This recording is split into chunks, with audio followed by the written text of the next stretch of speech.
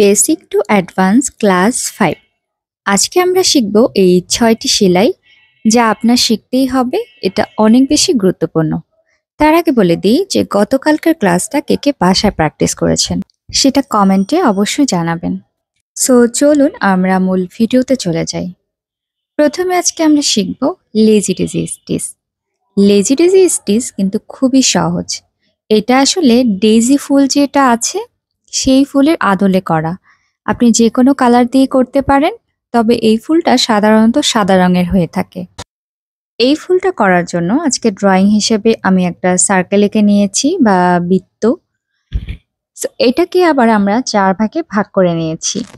৪ ভাগে কেন ভাগ করে নিয়েছি সেটার এক্সপ্লেনেশন বলছি আগে। যখন আমরা এরকম একটা রাউন্ড শেপের ফুল করতে যাব এই ডেইজি ফ্লাওয়ার দিয়ে বা ডেইজি স্টিচ দিয়ে, তখন যদি আমরা এক সাইড থেকে অপর সাইড পর্যন্ত বা পুরো সার্কেলটাকে রাউন্ড করে আমরা ফিল আপ করতে চাই, তাহলে দেখবেন যে কোনো জায়গায় গিয়ে এটা বাঁকা হয়ে যাবে। তো সেই ক্ষেত্রে আমরা যদি এটাকে এইভাবে করে ৪ ভাগে ভাগ করে নিই, তারপরে মাঝখানগুলো ফিল আপ করি, তাহলে একদম পারফেক্ট হবে। এই 4 টার সিস্টেম কিন্তু আসলে চেইন 4 এর মতো। চেইন 4 যখন আমরা বলি সেটা সাধারণত বর্ডার লাইনের জন্য যেটা আমরা করি সেটাকে চেইন 4 বলে থাকি, এবং যখন আমরা এভাবে করে ফ্লাওয়ার ক্রিয়েট করি তখন আমরা এটাকে লেজি ডেজি 4 বলে থাকি। তবে সিস্টেমটা কিন্তু একই। এখন আমি বলে দিচ্ছি যে এটা আসলে সহজে কিভাবে করতে পারি। মিডলের যেকোনো পয়েন্ট থেকে আমরা নিচ থেকে সুই উঠাবো এবং তারপরে সামনের যে আউটলাইন আছে সেইখানে সুইটাকে নিয়ে যাব। নিয়ে গিয়ে আমরা সুইটার মধ্যে সুতাটাকে একটু মানে ঘুরিয়ে তারপরে আমরা সেটাকে আবার সিকিউর করে দিব, তাহলে কিন্তু এই ফোল্ডটা হয়ে যাবে। আর এছাড়াও আরেকটা পদ্ধতিতে করতে পারেন, সেটা হচ্ছে যে প্রথমে পাশাপাশি ২ টা ফোল্ড তুলে সামনের আউটলাইনের কাছে গিয়ে আবার সেটা সিকিউর করে দেওয়া। সো যাই হোক, এরপরে আমরা আজকে শিখব ফিশবোন স্টিচ। এটা উপর দিক থেকে নিচের দিকে আসবে। তো উপর দিকের স্টার্টিং পয়েন্ট থেকে আমরা এভাবে একটা ফোল্ড তুলব এবং তারপরে যেই পাশে সুতা থাকবে অপর পাশে আমরা আবার সুইটাকে নিয়ে যাব। মানে যেই পাশে সুতা থাকবে তারপর মিডল থেকে আবার অপর পাশে আমরা সুইটাকে নিয়ে যাব। সো আমি ২ বার রিপিট করলাম কথাটা। তো বুঝতেই পারছেন এটা এখন।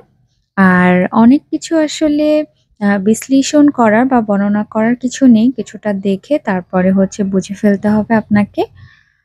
আর এইটা আমরা সাধারণত পাতা সেলাইয়ের জন্য ব্যবহার করে থাকি।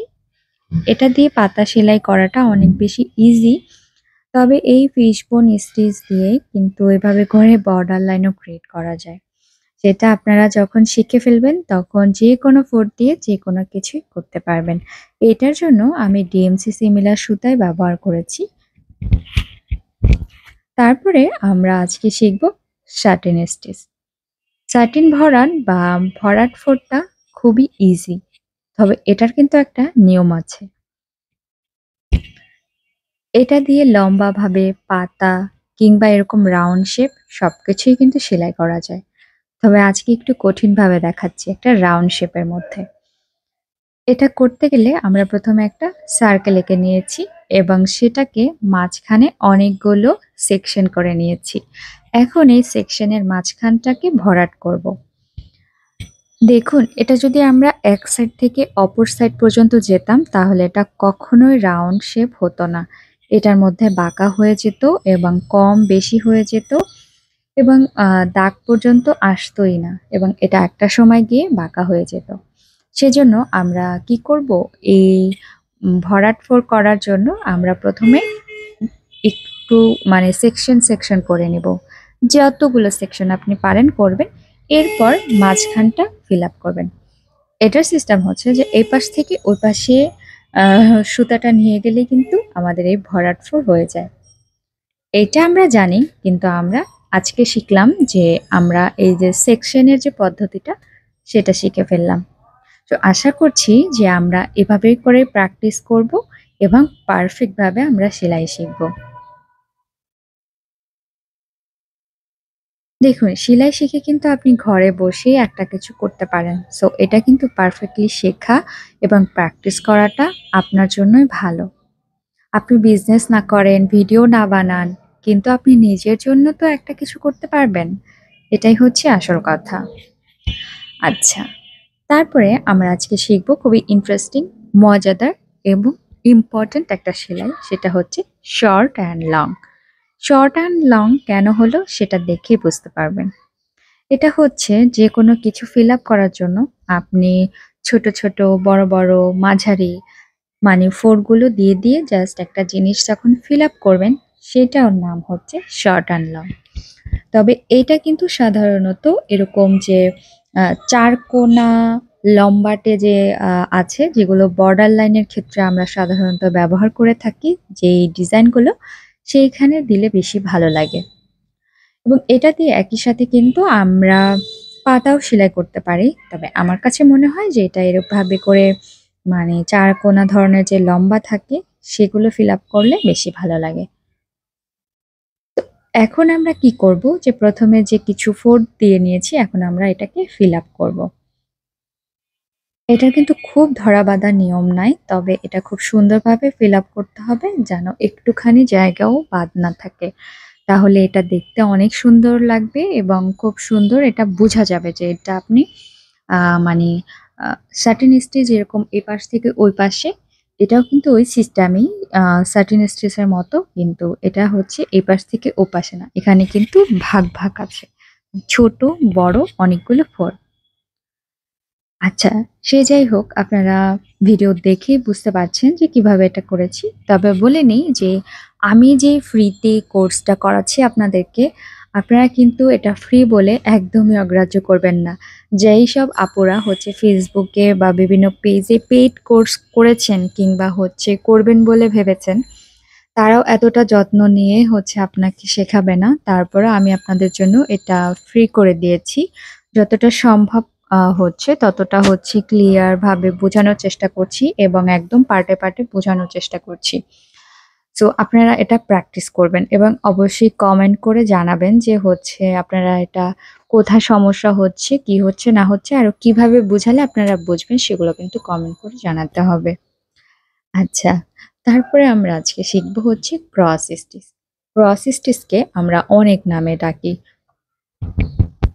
মাছ কাটা, মাছের কাটা, তারপর হচ্ছে herringbone, মানে আরো নামের শেষ নাই। সো ক্রস স্টিচ খুবই সহজ একটা সেলাই এবং এটা কিন্তু অনেক আগে থেকে মানে আমাদের ছোটবেলা কি মানে প্রাচীনকাল থেকে এই ফোঁড়টা মানে আমাদের যারা আছে মানে বয়স্করা, তাদেরকে ছোটবেলা থেকে দেখতাম যে ক্রস স্টিচ দিয়ে তারা অনেক কিছু সেলাই করতো। তো এই ফুডটা কিন্তু অনেক আগে থেকে অনেক প্রচলিত এবং এটা অনেক বেশি সহজও বটে। এইটার জন্য ২ টা জিনিস মাথায় রাখতে হবে, সেটা হচ্ছে যে গ্যাপ থাকা যাবে না। অ্যাম গ্যাপ একদমই থাকা যাবে না এবং যেই পাশটাতে সুতা থাকবে অপর পাশটাতেই হচ্ছে সুই চলে যাবে। জাস্ট এইটাই হচ্ছে ক্রস, ঠিক আছে? তো যেই পাশটাতে আমাদের সুতা আছে, অপর পাশটাতে আমরা সুইটা নিয়ে যাব। তাহলে আমাদের যে আড়াআড়ি বা ক্রস একটা বিষয় হবে, এটাই মূলত ক্রস স্টিচ। এটা মাছের কাটার মতো হচ্ছে বলা যায় বা ব্যাকবোন এর মতো হচ্ছে বলা যেতে পারে। তো যাই হোক, আর যেকোনো সেলাই যদি আমরা একটু শেডের সুতা, আই মিন ২ টা কালার মিক্স করা থাকে যেই সুতাগুলো, সেগুলাকে শেডের সুতা আমরা বলে থাকি। সেটা দিয়ে সেলাই করলে কিন্তু অনেক বেশি ভালো লাগে। তো আজকে একদম লাস্ট সেলাই, সেটা হচ্ছে ফ্রেঞ্চ নট। ফ্রেঞ্চ নট সেলাইটা আপনাকে শিখতেই হবে। এরকম একটা সেলাই হচ্ছে ফ্রেঞ্চ নট। কেননা যেকোনো ডিজাইন আপনি যদি করতে চান, সেখানে মাঝখানে কিন্তু কুড়ি হিসেবে আমাদের ফ্রেঞ্চ নটটা দেয়া লাগে এবং ফ্রেঞ্চ নট দিয়ে নিজেও একটা ফুল কিংবা হচ্ছে যে ফুলের যে মাত্র যখন কুঁড়িটা আসে তখন একটা মানে স্টিকের মধ্যে সেগুলো কিন্তু এই ফ্রেঞ্চ নটটা দিয়েই করা যায়। সো ফ্রেঞ্চ নটটা আপনাকে শিখতেই হবে এমন একটা বিষয়। তো আজকে আমি ফ্রেঞ্চ নটটা করছি একটা সার্কেলের মধ্যে। এখানেও আমি ডিএমসি সিমিলার সুতাই ব্যবহার মানে করছি। এই কোর্সের মধ্যে আমি এবার ডিএমসি সিমিলার সুতাটাই বেশি ব্যবহার করছি। যদিও এটা একটু এক্সপেন্সিভ, তারপরও আপনাদের সুবিধার জন্য আপনারা যাতে ভালোভাবে বুঝেন, তাই আপনাদের জন্য আমি এটাই ব্যবহার করছি। আচ্ছা, তো এটা নিচ থেকে যেকোনো পয়েন্টে আপনি মানে সুই উঠায়ে তারপর সুতাটাকে ওটার মধ্যে ২ বার করে পেঁচাবেন।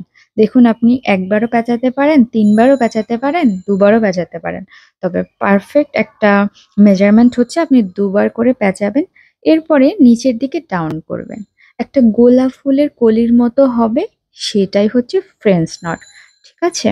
সো এটা আপনারা একটু প্র্যাকটিস করবেন। তো এইভাবে করেই পুরো জিনিসটাকে আমরা ফিল আপ করে দিব, মানে যেকোনো কিছুর মাঝখানেই আমরা এটা ব্যবহার করতে পারি। সো আশা করছি যে আজকে আমি একটু ভালোভাবে এক্সপ্লেনেশন করতে পেরেছি, আপনারা বুঝতে পেরেছেন। দেখুন যে সবগুলোর আউটলুক দেখতে কত পারফেক্ট লাগছে। সো আশা করছি যে আপনারা প্র্যাকটিস করবেন এবং পরবর্তী ক্লাসের জন্য অপেক্ষা